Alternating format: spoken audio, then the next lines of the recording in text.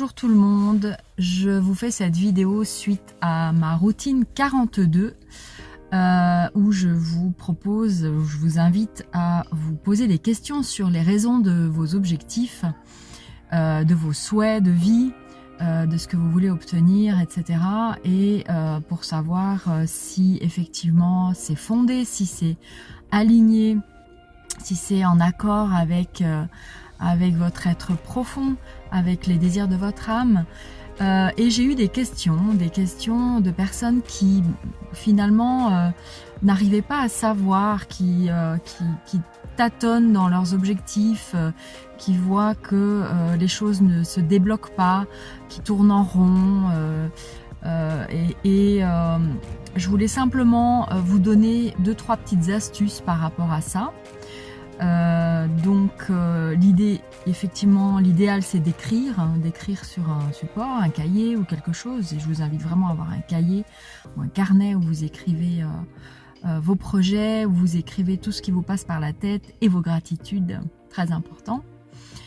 Un truc très simple et qu'on devrait faire presque, pas journalièrement, mais en tout cas pour les choses importantes, une colonne plus et une colonne moins. Qu'est-ce que ça va m'apporter de réaliser cet objectif? Quels sont les effets négatifs et ce qui pourrait être négatif? Ça, c'est dans le cadre d'un objectif, d'un souhait, de quelque chose qu'on a envie d'obtenir. Parce que parfois, quand on a un objectif, peut-être qu'il va falloir accepter de perdre autre chose.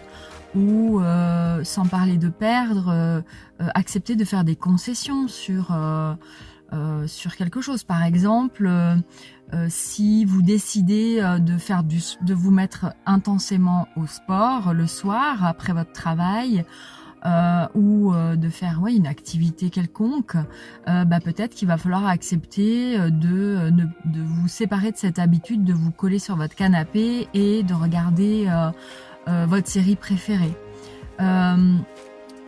Voilà, c'est vraiment faites une colonne plus, une colonne moins, et puis au final vous allez voir que la réponse vous allez l'obtenir tout de suite. Vous allez tout de suite savoir si c'est bien, si c'est bon pour vous ou pas. Donc si vous êtes bloqué actuellement dans vos objectifs ou dans ce que vous voulez obtenir, même si c'est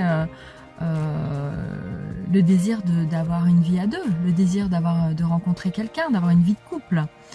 Peut-être qu'aujourd'hui, vous avez simplement besoin d'être seul et de vous retrouver aussi. Souvent, les gens passent d'un couple, d'une histoire à une autre, sans passer par la case solitude par peur. Très souvent par peur d'être seul, par peur de ce vide affectif, de ce silence peut-être aussi, alors que c'est un moment pour soi qui est incroyable, qui est extraordinaire. Et je vous invite vraiment à vivre ce moment-là si vous êtes dans cette période-là, de le vivre pleinement et de profiter justement de cette période pour faire des choses pour vous. Et puis ensuite, si vraiment vous avez un doute, si un doute subsiste après avoir fait cette colonne plus et moins, eh bien, à travers, pendant une concentration ou une méditation, vous pouvez poser clairement la question, en fait. Demandez clairement ce dont vous avez besoin. Demandez à l'énergie divine, à l'univers, à Dieu, à qui vous croyez ou à qui vous voulez ou à qui vous parle, à vos guides, à Chatki, à Ganesh, peu importe. Demandez à votre guide intérieur de vous délivrer cette réponse et ne soyez pas dans l'attente pendant cette méditation. Ne soyez pas dans l'attente, faites votre demande et puis vous verrez ce qui viendra. Ça n'est pas finalement les choses se passent comme elles doivent se passer et ça n'est pas grave si vous n'avez pas instantanément une réponse. Et puis peut-être que la réponse ne viendra pas de manière aussi claire. N'attendez pas d'étincelles, de baguettes magiques, voilà, c'est simplement quelque chose qui va venir, soit parce que vous allez avoir cette forte intuition que vous devez continuer dans cette voie ou que c'est pas pour vous. Et vous pouvez aussi avoir cette intuition, et ça je l'ai eu pendant 1 année et demie. J'étais dans une histoire qui, je le savais, était sans lendemain, mais que j'avais besoin de vivre. Et je savais que je devais aller au bout de cette histoire. Je savais que je devais... j'avais des choses à apprendre.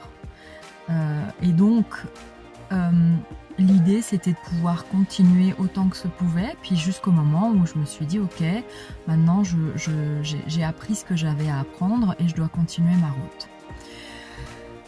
Donc voilà pour les questions. Et puis oui, pour la personne qui m'a dit, je ne sais pas si je dois rester avec mon compagnon ou pas. Alors, je dirais en soi que si déjà tu te poses cette question, il y a de fortes chances que pas. Maintenant, je veux pas non plus te pousser à la séparation parce que peut-être cette personne vaut la peine, ou en tout cas, j'aime pas dire ça parce que tout le monde vaut la peine. Il n'y a pas de personnes qui en valent plus la peine que d'autres. C'est, j'allais dire, cette personne vaut la peine qu'on se batte pour elle, mais c'est pas la question. Chaque être est comme il est, et on a à personne de juger ou de définir qui vaut la peine, qui ne vaut pas la peine. Je dirais que si tu te poses cette question, il faut que tu... moi, ce que je ressens, ce que j'ai ressenti quand tu es venu vers moi, c'est que tu as... il y a quelque chose de ton enfance qui provoque ta vision de ton couple aujourd'hui, et que cette personne n'est réellement pas comme toi tu la vois. Je ne sais pas si je me suis bien fait comprendre. C'est-à-dire que ta relation est telle qu'elle est aujourd'hui parce que tu décides, inconsciemment ou consciemment peut-être, pose-toi la question, tu décides qu'elle est comme ça. Parce que tu peux, grâce à cette déduction que tu fais de ta relation et de qui est l'autre, ça te donne une excuse. Ça te donne une excuse pour rentrer dans ce rôle de victime. Voilà. Voilà ce que j'ai ressenti. Alors, si tu veux qu'on en parle davantage, je suis à ta disposition. Par le biais de mon site internet, tu peux me contacter. Le lien est dans cette vidéo. Et puis, je vous souhaite à toutes et tous une merveilleuse journée, même si le soleil est derrière les nuages, on sait qu'il est dans notre cœur. Je vous embrasse très fort et je vous dis à très bientôt. Bye bye.